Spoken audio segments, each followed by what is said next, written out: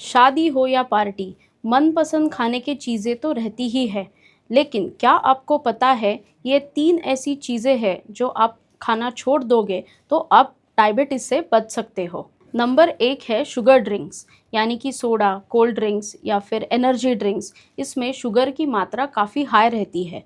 जब भी आप ये ड्रिंक्स पीते हो तो वो सारा ग्लूकोज़ आपके बॉडी में एब्सॉर्ब होता है और ब्लड शुगर इंस्टेंटेनियसली बढ़ती है।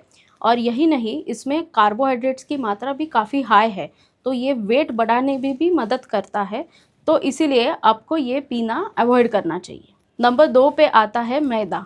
ज़्यादातर स्टार्टर्स या फिर साइड डिश में ब्रेड या फिर पास्ता होता है जो मैदे से बनाया है। ये रिफाइंड आटा है, या जब भी वो प्रोसेस करते हैं तभी व्हीट के ऊपर का जो छिलका रहता है वो प्रोसेसिंग के टाइम पे निकल जाता है, जिसकी वजह से फाइबर लॉस होता है, मिनरल लॉस होता है और विटामिन का लॉस भी होता है।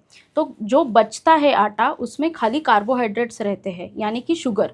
और जब भी आप ये कंज्यूम करते हो तो खाली कार्बोहाइड्रेट्स का एब्सॉर्प्शन होने की वजह से इंसुलिन सेंसिटिविटी पे काफ़ी असर होता है और आपकी ब्लड शुगर की मात्रा बढ़ सकती है। तो खासकर मैदा से बनी हुई चीज़ों को आपको अवॉइड करनी चाहिए। नंबर 3 पे है processed food items and fried foods.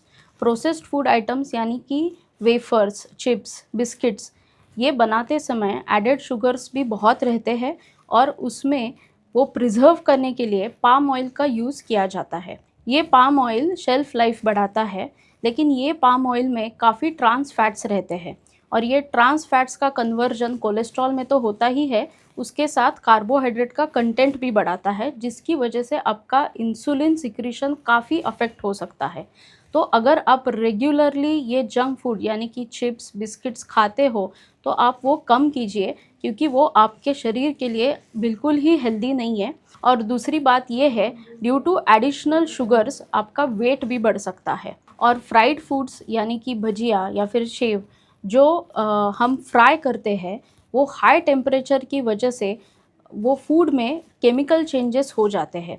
और जब भी हम ऐसी फ्राइड फूड्स का सेवन करते हैं तो जब भी वो हमारे शरीर में जाता है तो ऑक्सीडेटिव स्ट्रेस निर्माण होता है, जिसकी वजह से इन्फ्लेमेशन हो सकता है।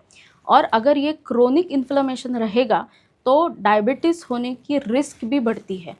तो आपको ये पर्टिकुलरली चीज़ याद रखनी चाहिए कि अगर आप फ्राइड फूड्स रेगुलरली खाने में लेते हो तो आपको वो कम करना पड़ेगा। तो यही 3 चीज़ें आपको याद रखनी है अगर आपको डायबिटीज़ से बचना है तो।